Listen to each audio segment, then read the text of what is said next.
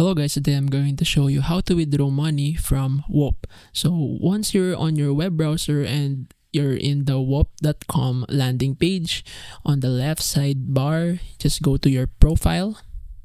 And then once you're here, on the left sidebar again, click on balance. And then here, if you're not verified, in this case, just click on verify yourself. Click on it.